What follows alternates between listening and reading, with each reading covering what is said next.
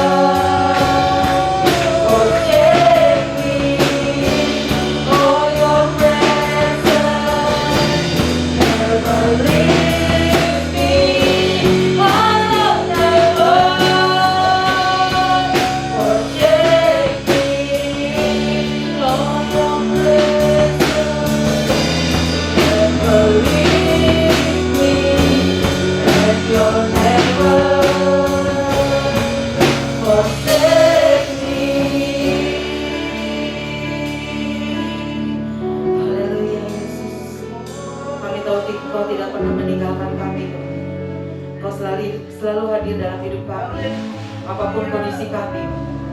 Terima kasih Yesus. Kami mengucap syukur di dalam tangan-Mu Tuhan. Saya undang yang akan membuka doa ibadah kita pada pagi hari ini.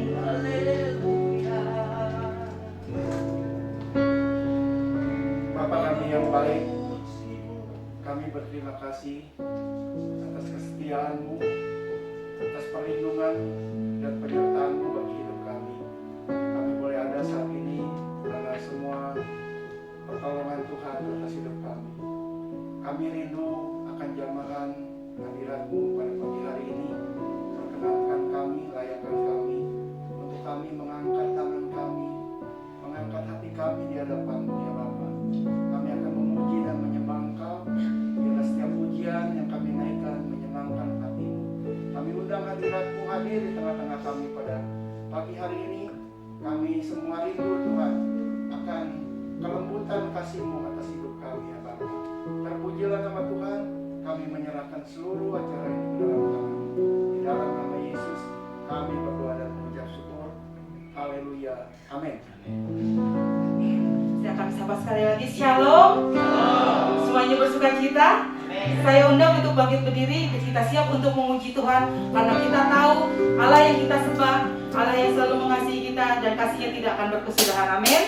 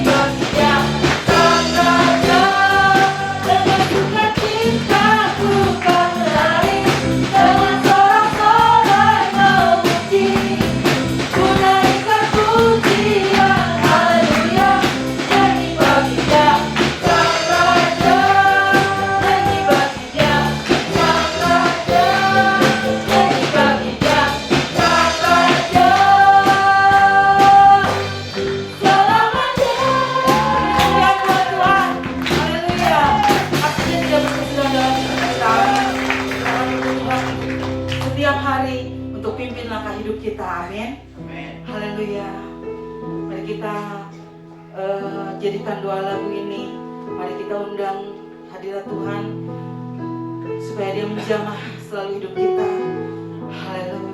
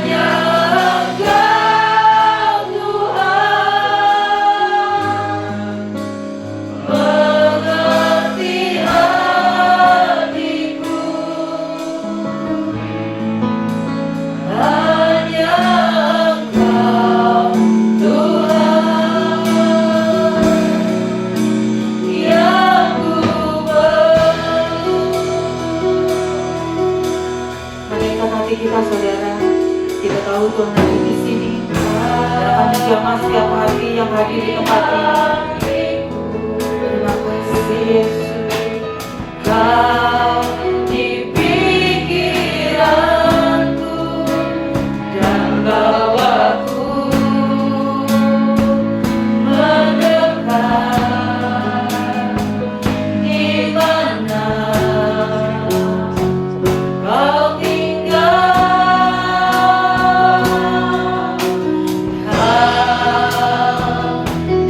hati.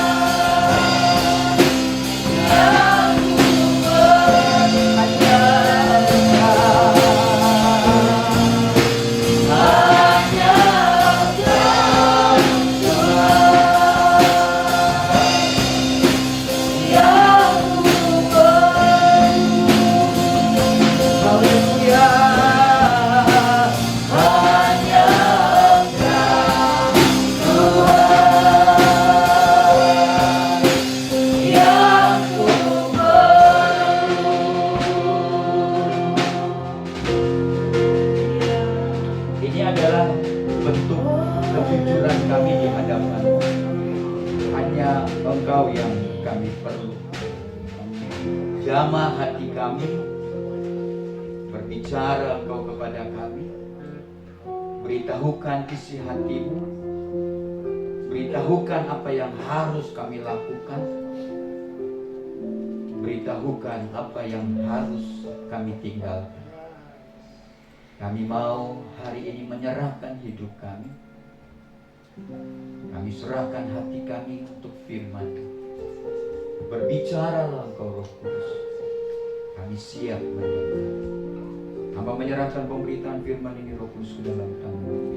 Urapi hamba, urapi kami semua yang hadir pada pagi hari ini. Di dalam nama Tuhan Yesus kami berdoa dan mengucap syukur. Haleluya. Amin. Silakan duduk Bapak dan Ibu. Shalom.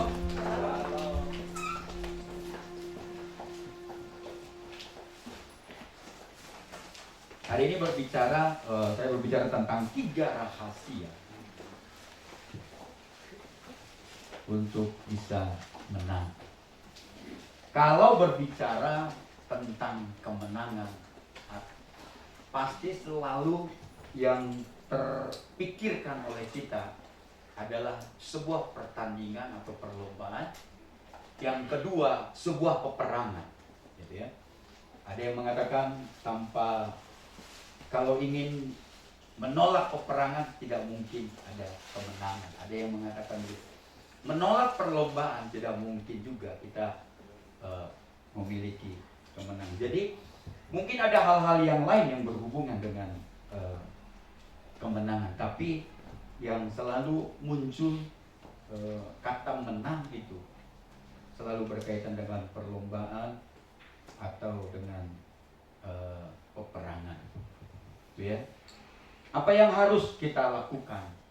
Karena waktu itu sangat singkat. Apa yang harus kita lakukan, saudara-saudaraku, supaya kita bisa menang? Langsung saya katakan bahwa pertama, kalau saudara baca nanti di Ibrani pasal 12, untuk kita bisa menang dan lakukan sesuatu agar kita bisa meraih kemenangan, saya katakan mata kita harus tertuju kepada Yesus. Sekali lagi saya katakan, rahasia yang pertama untuk kita bisa menang di masa-masa sekarang ini, di tahun 2022 ini.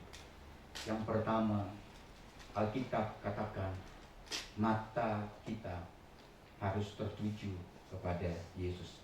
Kita akan bahas satu persatu, saudara, apa maknanya, apa artinya. Buka bersama dengan saya Ibrani pasal yang ke-12 ayat yang pertama sampai dengan ayat yang ke-2.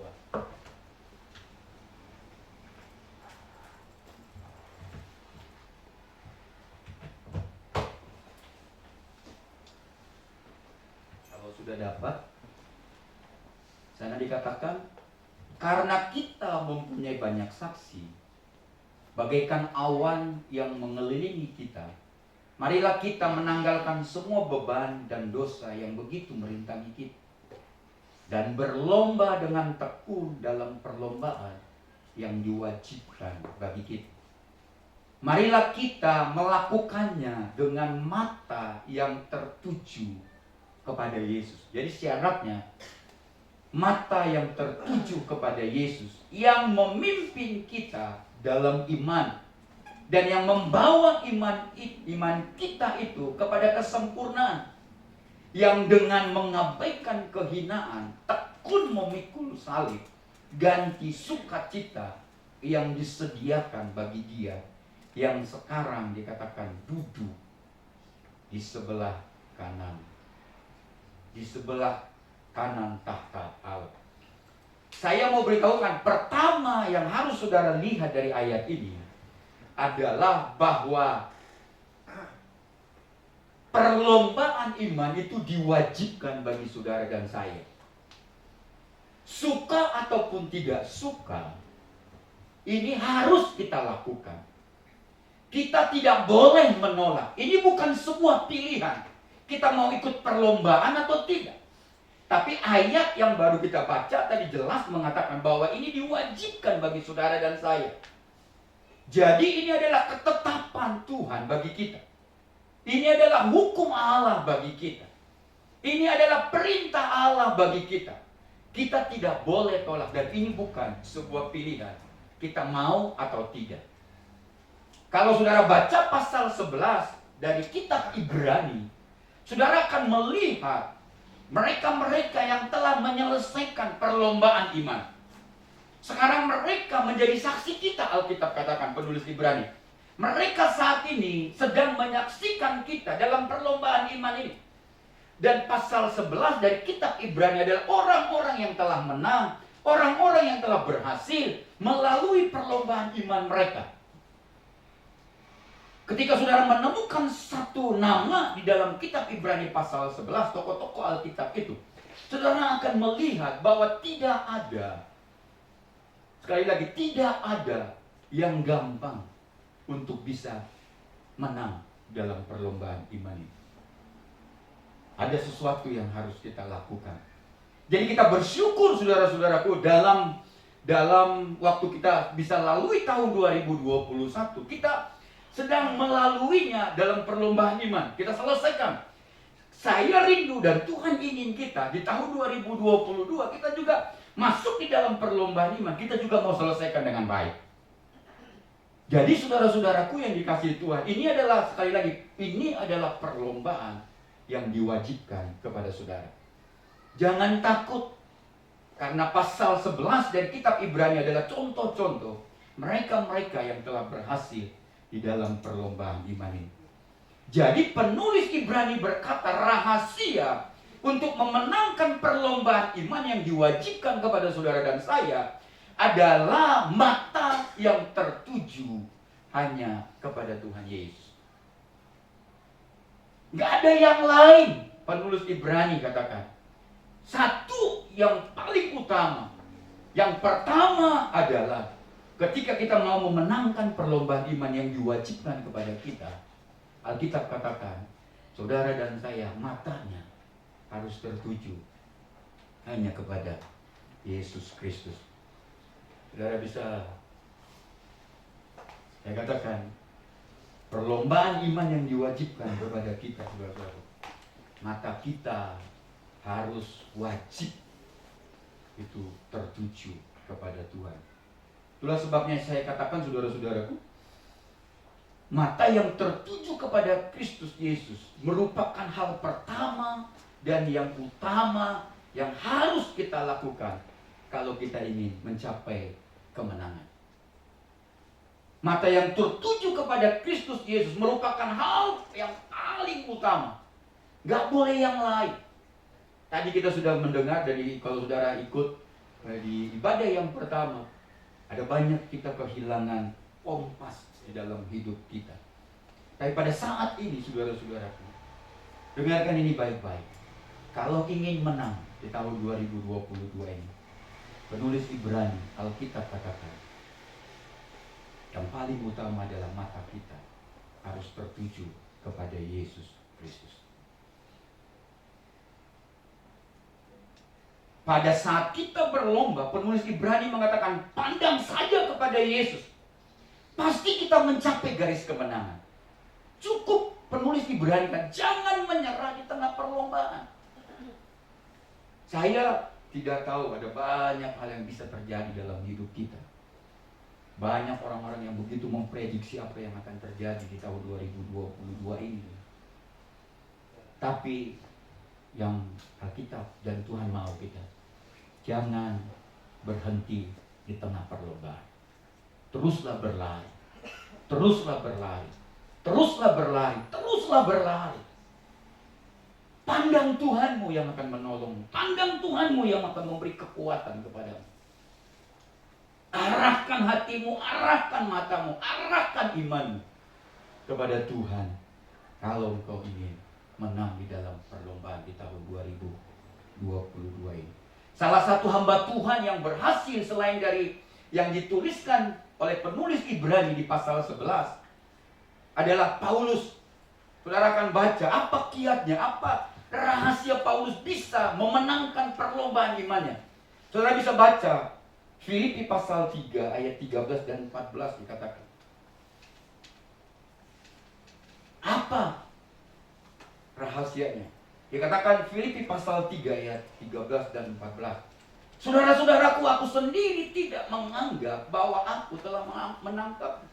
Tetapi ini yang kulakukan. Aku melupakan apa yang telah di belakangku dan mengarahkan diri kepada apa yang di hadapanku. Dan berlari-lari kepada tujuan untuk memperoleh hadiah, yaitu panggilan sorgawi dari Allah dalam Kristus Yesus. Saudara-saudaraku, yang pertama saya katakan, rahasia dari Paulus untuk bisa memenangkan perlombaan ini, saudara-saudaraku, adalah Paulus adalah seorang yang berorientasi kepada tujuan. Apa tujuannya? Yaitu dikatakan panggilan sorgawi. Apakah Paulus tidak menghadapi persoalan kesulitan?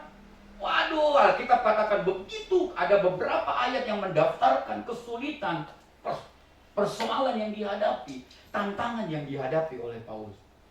Tetapi Paulus tetap mengatakan di dalam semua kesulitan, di dalam semua tantangan, di dalam semua persoalan yang dia hadapi karena ingin terus mengikut Tuhan adalah dia, katakan, dia berorientasi pada tujuan, yaitu panggilan sorgawi. Terkadang ada banyak orang yang ingin menjegal kita di tengah perlombaan. Ada banyak orang yang ingin menggagalkan kita di dalam perlombaan.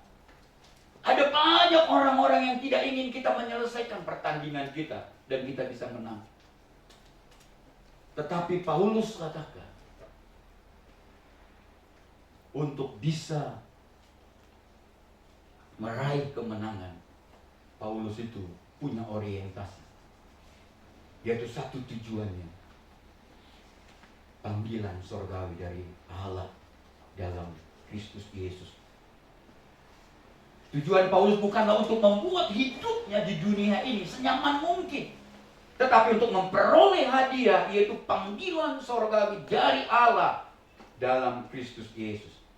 Kalau saudara baca tulisan yang sama, yang si penulis yang sama dari Paulus, dikatakan 1 Korintus pasal 9 ayat 24-25 dikatakan, tidak tahukah kamu dalam perlombaan bahwa dalam gelanggang pertandingan semua peserta turut berlari, tetapi bahwa hanya satu orang saja yang mendapatkan hadiah.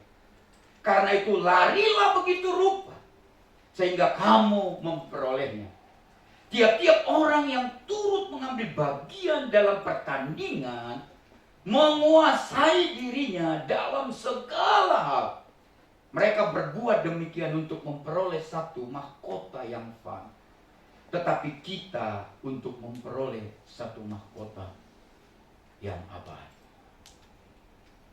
Paulus katakan orang yang ingin memperoleh mahkota yang fana aja melakukan semua hal. Apalagi kita yang memperoleh mahkota abadi.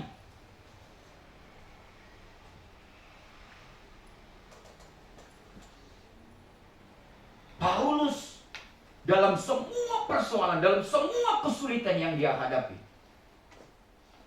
dia ingin, saudara-saudaraku, mahkota abadi itu dia terima dari Allah sendiri, dari tangan Allah. Itu keren, saudara-saudara. Kita kadang gak bisa bayangkan apa yang sedang dibayangkan oleh Rasul Paulus. Jadi tujuan yang lain selain daripada memperoleh panggilan sorgawi, yaitu dia menerima mahkota abadi dari tangan Tuhan.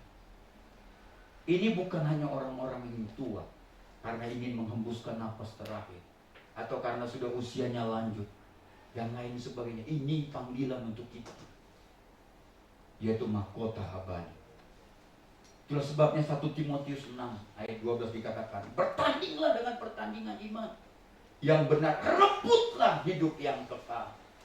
Untuk itulah engkau telah dipanggil dan telah engkau ikrarkan ikrar yang benar di depan banyak saksi. Rebut, saudara-saudara. Jangan sampai dunia merebut kita sehingga kita tidak bisa buat apa-apa.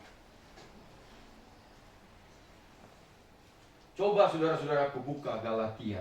Saya katakan, saudara bisa baca Galatia pasal 5. Ada beberapa, saudara, ini adalah peristiwa yang mungkin mengingatkan kita dari orang-orang Kristen yang ada di Galatia ini. Dikatakan Galatia pasal 5 ayat 7 sampai dengan ayat yang ke-9. Dahulu kamu berlomba dengan baik. Dengar ini. Dahulu kamu berlomba dengan baik. Siapa yang menghalang-halangi kamu sehingga kamu tidak menuruti kebenaran lagi? Ajakan untuk tidak menurutinya lagi bukan datang dari Dia, yaitu Kristus, yang memanggil kamu. Sedikit lagi dikatakan, ragi sudah mengkamirkan seluruh adonan. Rupanya orang-orang Kristen yang ada di Galatia dulu melakukan perlombaan yang baik, dengan cara yang baik, semangat. Tetapi dikatakan dulu kamu berlomba dengan baik. Siapa yang menghalang-halangi kamu? Dikatakan. Sehingga kamu tidak berlomba dengan baik. Dulu imanmu baik. Dulu kekristenanmu baik. Dulu ibadahmu baik. Dulu doamu baik. Dulu baca Alkitab baik. Siapa yang menghalang-halangi kamu sekarang?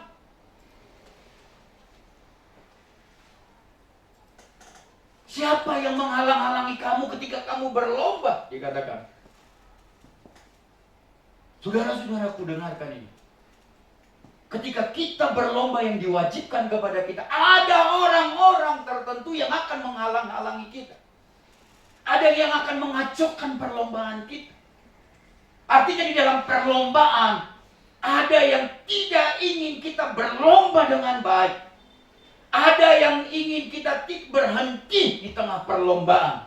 Ada yang ingin kita gagal dalam perlombaan.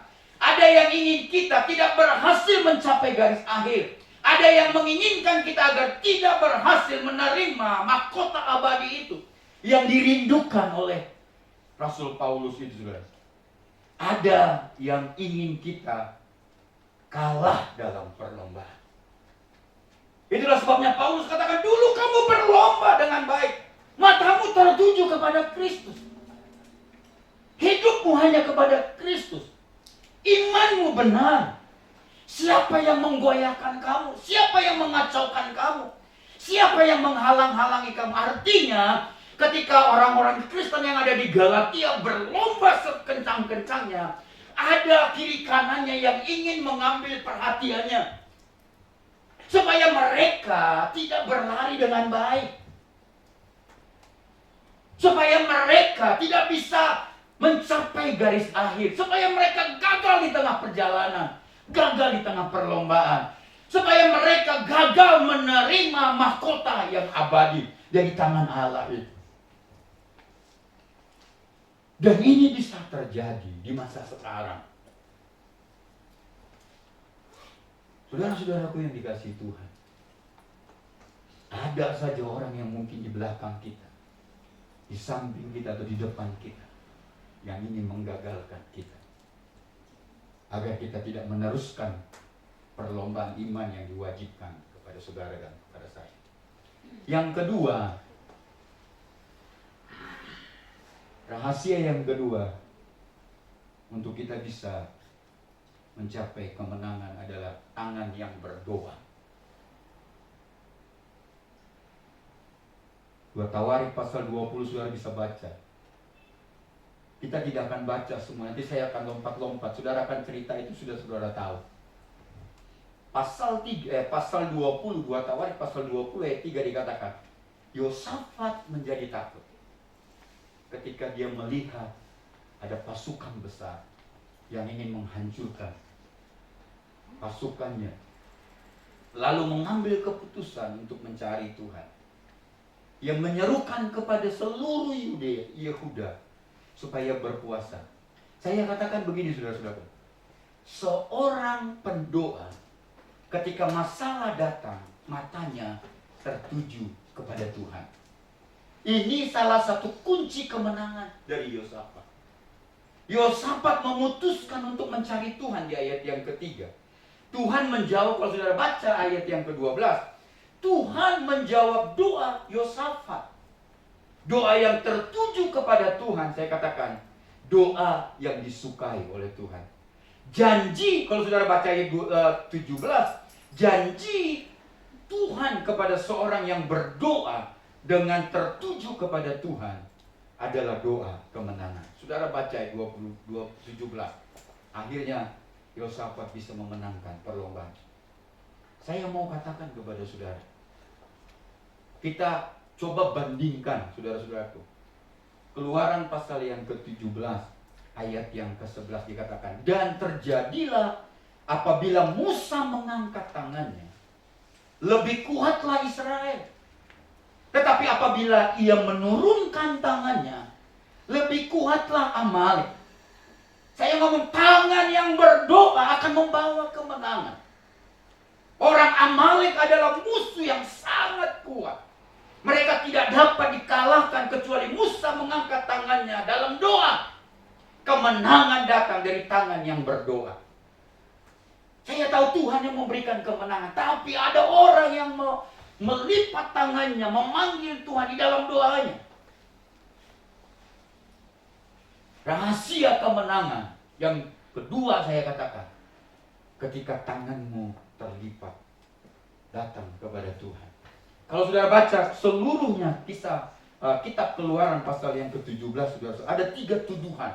Saya berharap ketika ada tuduhan ini tidak menjadi bagian dari hidup kita. Ada 3 tuduhan yang orang Israel lakukan ketika mereka beristirahat di satu tempat. Nanti kita akan lihat. Pertama, mereka ayat 2 dikatakan, kitab Keluaran pasal 17, ayat yang kedua dikatakan, mereka berteriak kepada Musa, berikanlah air kepada kami. Berikanlah air kepada kami. Buka yang ayat yang kedua. Ketika mereka beristirahat, memang ketika mereka sudah haus, tidak menemukan ada air di tempat peristirahatan mereka. Sehingga mereka berteriak-teriak, mana Musa? Mana ada air? Kita lagi haus nih, dan lain sebagainya, saudara-saudara. Bukan mereka berdoa kepada Tuhan, meminta air. Bukan mereka sabar menunggu, tetapi mereka menuntut haknya untuk mendapatkan air segera.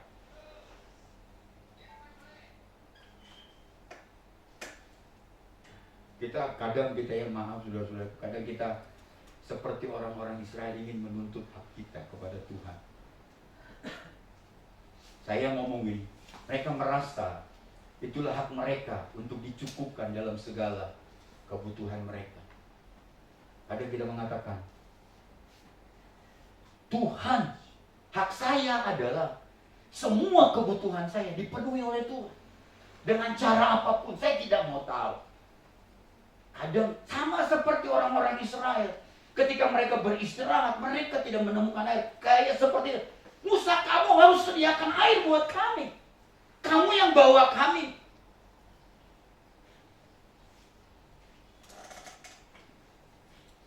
Saya katakan, saudara-saudara, yang kedua, mereka berseru di ayat yang ketiga.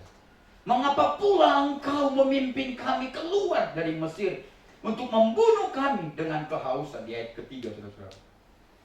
Mereka tidak mau mengakui bahwa setiap perjalanan mereka dari Mesir, saudara-saudara, itu adalah pemeliharaan, pertolongan, penyertaan Tuhan dalam hidup mereka.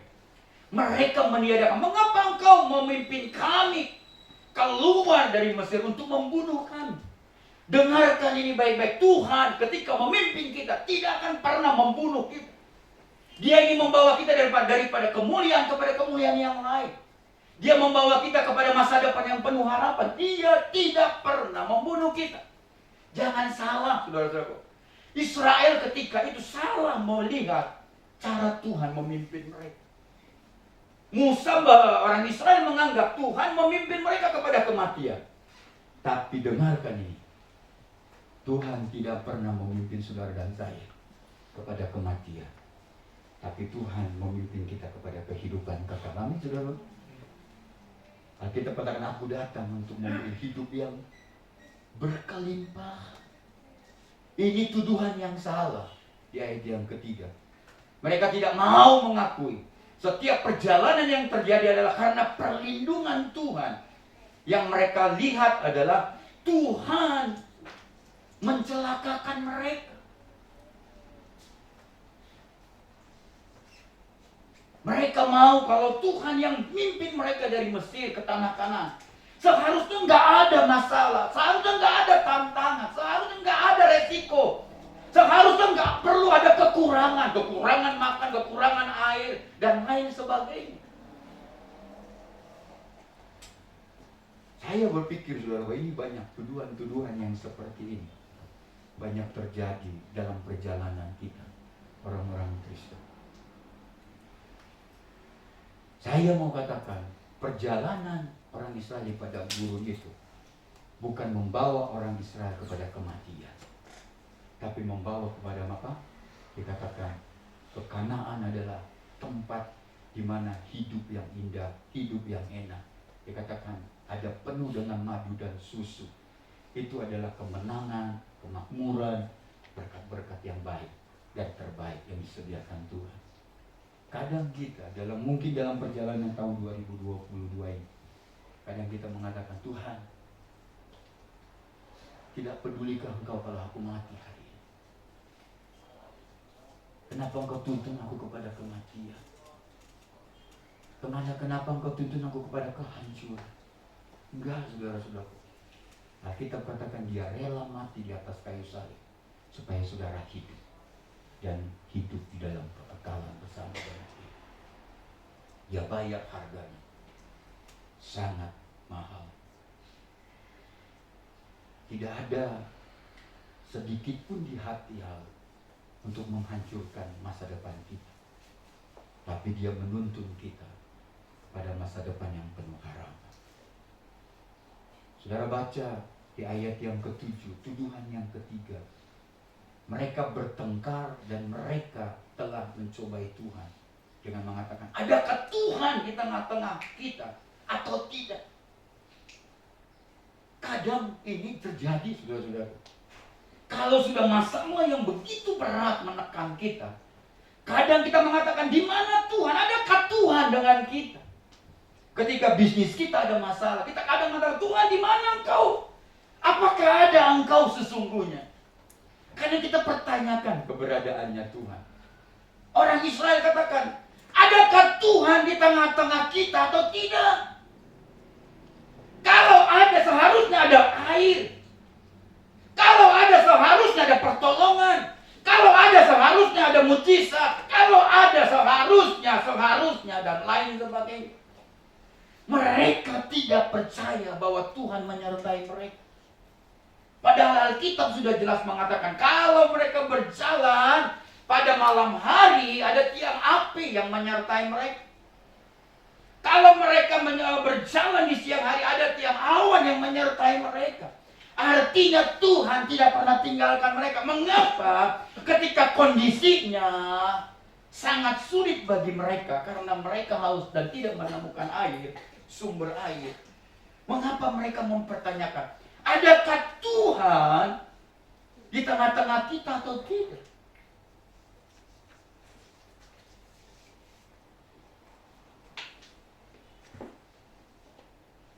Saya mengatakan, saudara-saudara, sekarang bukan lagi berbicara mereka tentang merasakan apa.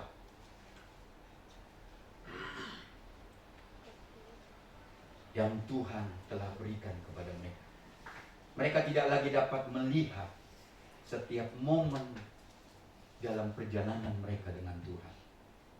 Mereka tidak dapat melihat Tuhan di dalam hidup mereka. Ini masalah besar. Ini sangat berbahaya. Ketika saudara sudah tidak dapat merasakan, sudah tidak dapat melihat Tuhan di dalam kehidupan kita. Ini sangat amat berbahaya. Kalau saudara tidak merasakan Dia berjalan bersama denganmu, di dalam segala situasi kondisi kita. Mazmur 23 dikatakan, sekalipun engkau di lembah kekelaman, Tuhan ada, seharusnya kita tahu itu. Tetapi mengapa orang-orang Israel ketika ada di dalam persoalan, dia katakan, di mana Tuhan? Adakah Tuhan atau tidak? Dan jujur saudara-saudara, kita sering melakukan hal yang sama seperti orang-orang Israel. Ketika mereka ada di pegunungan Sin, tempat mereka beristirahat, ketika mereka menghadapi orang Amalek, di bukit, di gunung Sin itulah mereka tidak menemukan sumber air. Mereka bersungut-sungut, mereka marah-marah, mereka mempertanyakan, Tuhan ada nggak sih?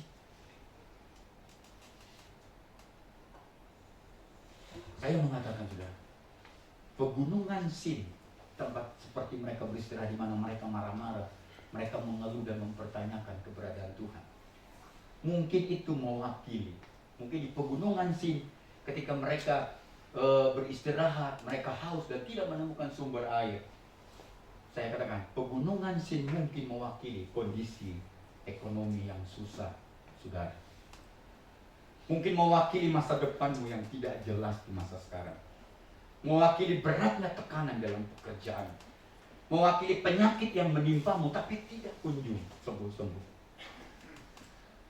Mungkin ada orang-orang yang kita kasih, relasi keluarga kita, hubungan suami istri, keributan dan cekcok. Semua itu menguras energi kita, emosi kita, dan membuat hati kita letih. Sama seperti orang-orang Israel. Ketika mereka melakukan perjalanan yang jauh, mereka harus beristirahat di Gunung Sin. Dan mereka sudah haus semua dan tidak menemukan sumber air. Saya mengatakan saudara-saudaraku, mungkin orang Israel yang di Gunung Sin ini mewakili hati kita. Ekonomi kita susah, keuangan kita susah. Kita terjerat dengan hutang dan lain sebagainya. Mewakili masa depan kita yang tidak jelas dan lain. Beratnya tekanan dalam pekerjaanmu. Setiap hari engkau ditekan dan lain sebagainya. Tapi dengarkan ini baik-baik. Ada yang membuat engkau lelah. Jangan lengah. Lipat tanganmu dan berdoa.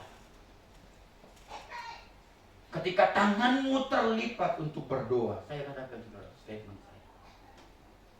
Ketika tanganmu terlipat untuk berdoa, maka tangan Tuhan terbuka untuk menolongmu.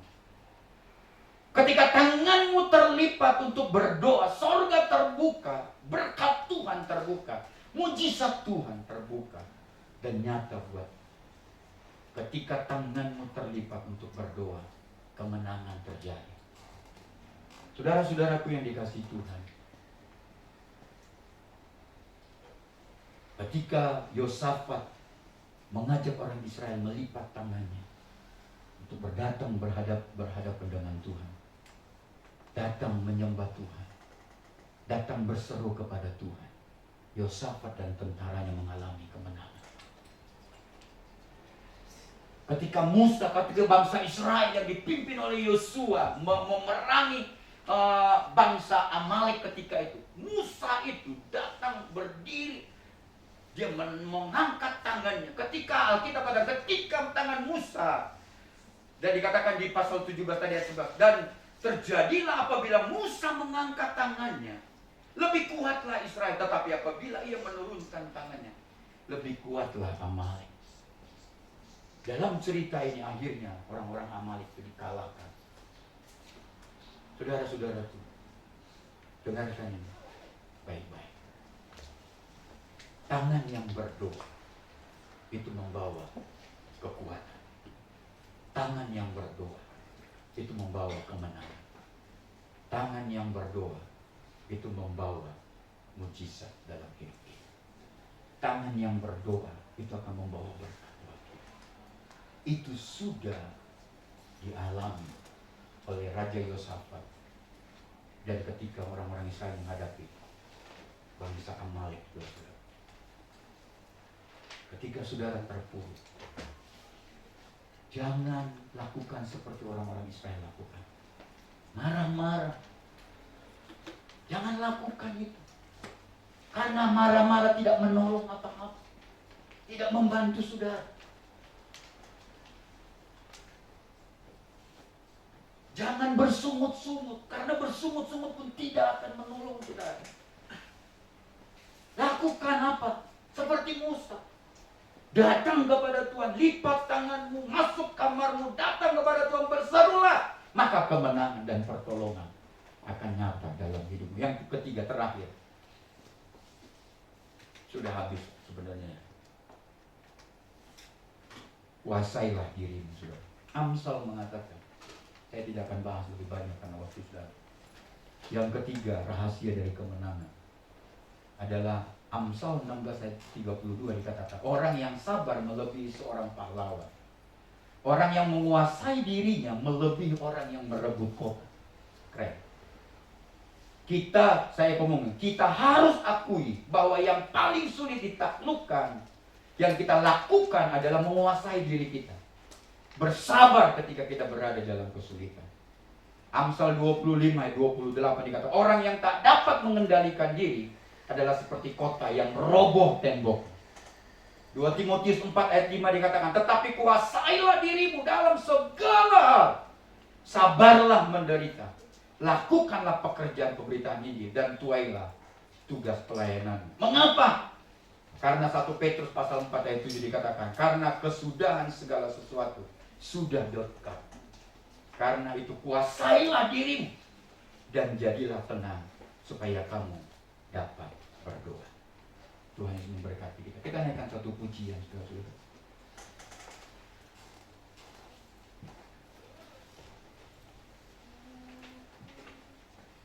Tangan saya terbuka. Tangan saya terbuka. Tak tersembunyi kuasa Allah. Haleluya.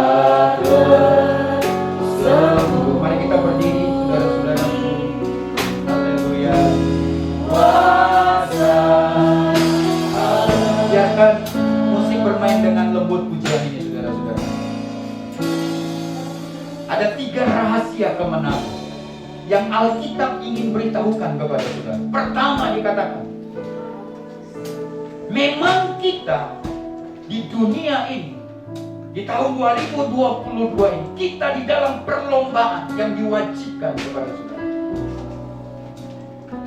Penulis Ibrani katakan untuk kita bisa menang dalam perlombaan iman yang diwajibkan, matamu dan mataku harus tertuju hanya kepada Kristus. Itu satu-satunya yang bisa engkau kerjakan dan lakukan. Memang ada masalah dikatakan, memang ada kesulitan, memang ada tantangan, memang ada resiko. Tetapi dia katakan engkau pasti sampai dan menang ketika matamu hanya tertuju kepada Kristus. Memang ada orang-orang yang sengaja ingin mengacaukan kita, menggagalkan perlombaan iman kita. Tetapi selama hatimu, imanmu, matamu tertuju kepada Kristus, maka dikatakan kemenangan akan menjadi milik. Yang kedua, saudara-saudara, kalau ingin mencapai garis kemenangan, rahasia yang kedua adalah tanganmu harus berdoa. Kalau ada masalah, kalau ada kesulitan, kalau ada beban berat, masalah dalam keluarga, masalah dalam bisnis, masalah dalam keuangan, masalah dalam dagangan saudara, masalah dalam pekerjaan saudara, masalah dalam usaha saudara, masalah terhadap anak-anak saudara, jangan marah-marah, jangan bersungut-sungut, jangan katakan Tuhan adakah engkau di hidup saya? Kalau ada, kenapa ada masalah ini? Itu yang dilakukan oleh orang Israel dan tidak menolong apa-apa.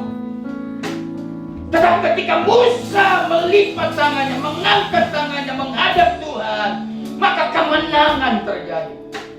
Ketika Raja Yosafat melihat ada tantangan, ada laskar yang besar, ada musuh yang ingin menghancurkan mereka, dia tidak bertanya, Tuhan di mana engkau? Saat-saat seperti itu. Tetapi Yosafat mengajak umatnya melipat tangan dan berdoa. Yosafat hasilnya, Yosafat mendapatkan kemenangan. Ketika Musa mengangkat tangannya, Yosua dan tentara-tentaranya menghadapi Amalek. Amalek dikalahkan. Ketika engkau menghadapi kesulitan, langkah yang paling indah, yang sangat disukai oleh Tuhan adalah lipat tanganmu, datanglah menghadap kepada Allah, berdoalah kepada Dia, maka kemenangan akan diberikan kepada Dia. Dan yang terakhir, saudara-saudara, kuasai dirimu di masa-masa. Itulah sebabnya saya katakan tangan yang terlipat untuk berdoa, maka tangan Tuhan terbuka untuk menolong. Surga terbuka, berkat Tuhan turun, mujizat Tuhan nyata, kemenangan akan terjadi. Banyak saksi-saksi, banyak tokoh-tokoh dalam Alkitab, mereka yang berdoa mendapatkan kemenangan. Hari ini Tuhan katakan, lipat tanganmu, berdoalah kepadaku, aku akan memberi kemenangan. Jangan bersungut-sungut, jangan salahkan Tuhan, jangan pertanyakan keberadaan Tuhan. Yang penting hatinya adalah Dia ingin menuntun engkau kepada kemenangan. Dia ingin membawa engkau kepada masa depan yang penuh harapan. Tidak ada yang lain. Tuhan tidak pernah merancang kegagalanmu. Itulah sebabnya Dia mati buat saudara di atas kayu salib. Dia mau miskin supaya saudara kaya. Dia mau mati supaya saudara hidup dalam kekekalan Allah. Oleh sebab itu hari ini sebelum pujian ini kita lanjutkan, saudara-saudara, saya tidak tahu apa yang sedang kau hadapi. Saya tidak tahu apa masalah. Apakah engkau banyak hutang? Saya tidak tahu. Apakah ada resiko-resiko yang sedang kau alami? Ada masalah di dalam bisnis, ada masalah dalam usaha, ada masalah dalam keluarga, ada masalah untuk masa depan. Saya tidak tahu. Tapi hari ini jangan engkau marah-marah, jangan persalahkan siapapun. Tuhan mau engkau melipat tanganmu dan berdoa kepada Allah. Karena di dalam doamu ada kemenangan, pertolongan dan mujizat. Haleluya. Saja oh Tuhan baru. Saya mau beritahukan kepada saudara hari ini, tangan Tuhan sedang terbuka. Bolehkah tanganmu hari ini terlipat di hadapan-Nya?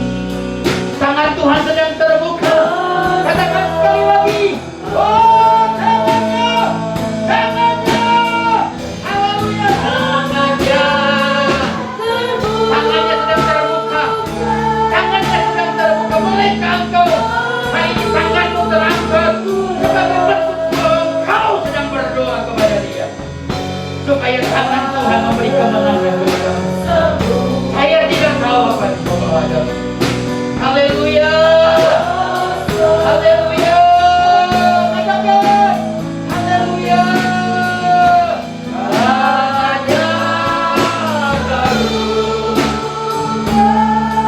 Haleluya.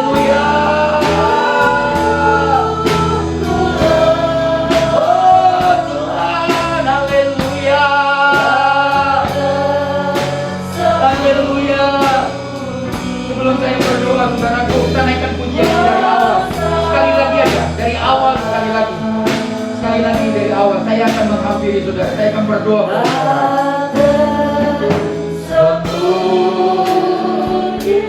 Yes. Kuasa.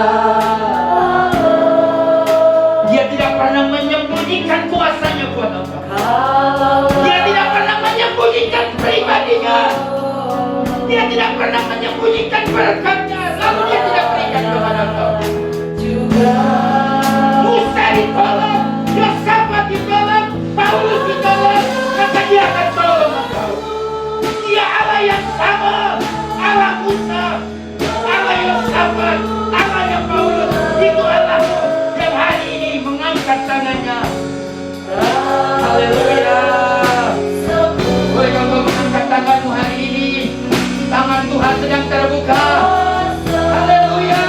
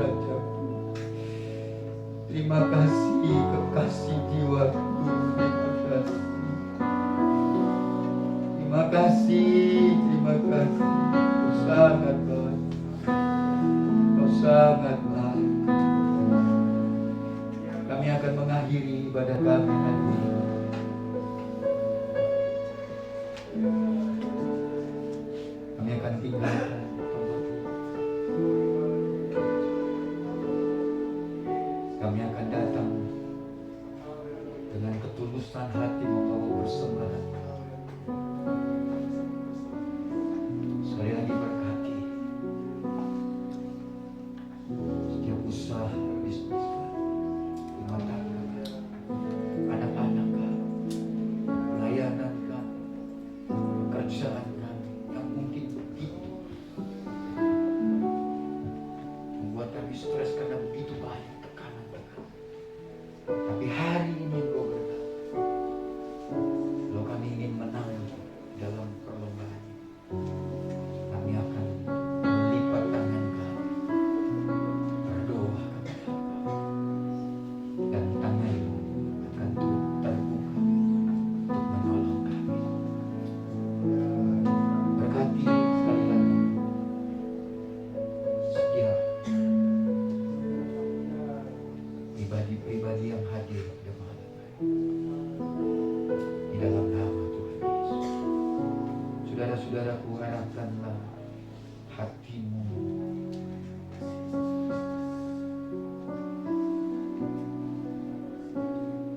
pulanglah kekasih-kekasih Tuhan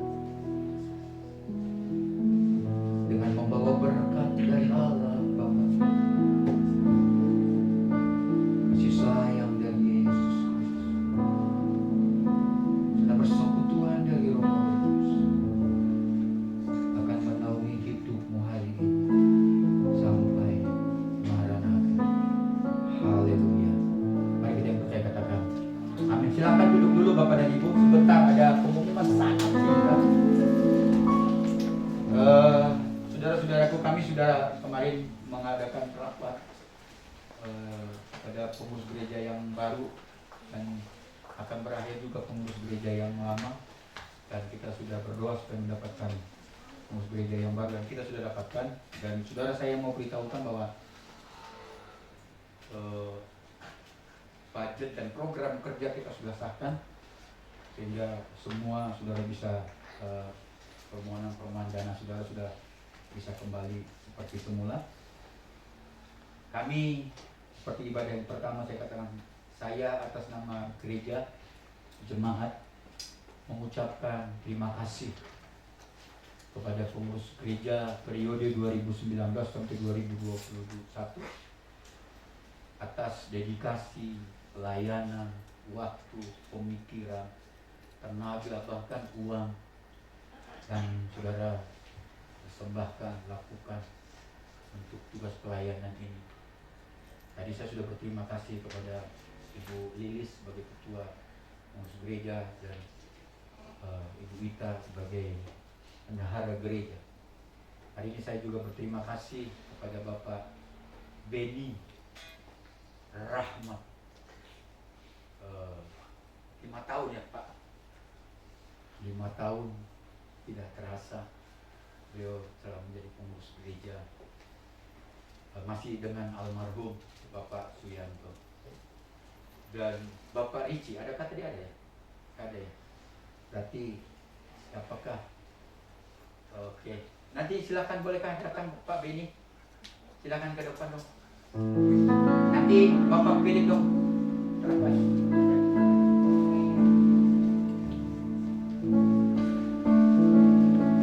Bagi ucapan terima kasih tidak seberapa, tapi kami bangga bisa bekerja sama.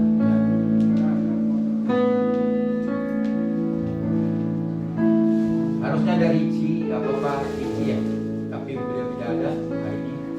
Silakan. Berikan dong aplaus dong. Tepuk tangan dong. Oke, tetap berdiri. Saya mau perkenalkan sekalian pengurus gereja yang baru tahun 2022, yaitu ketuanya Bapak Lim Johan. Ayo Pak Lim Johan, perkenalkan dong. Ayo Pak, Bapak dulu aja yang dipanggil Bapak doang. Nanti bendahara periode 2022 adalah Bapak Benedictus. Silakan Bapak Benedictus, perkenalkan kepada umat atau jemaat. Berikan dong aplaus dong. Oke, inilah yang akan doakan mereka, dukung mereka, support mereka supaya supaya semua usaha dan bisnis mereka diberkati oleh Tuhan. Itu saja, Tuhan yang memberkati. Silakan.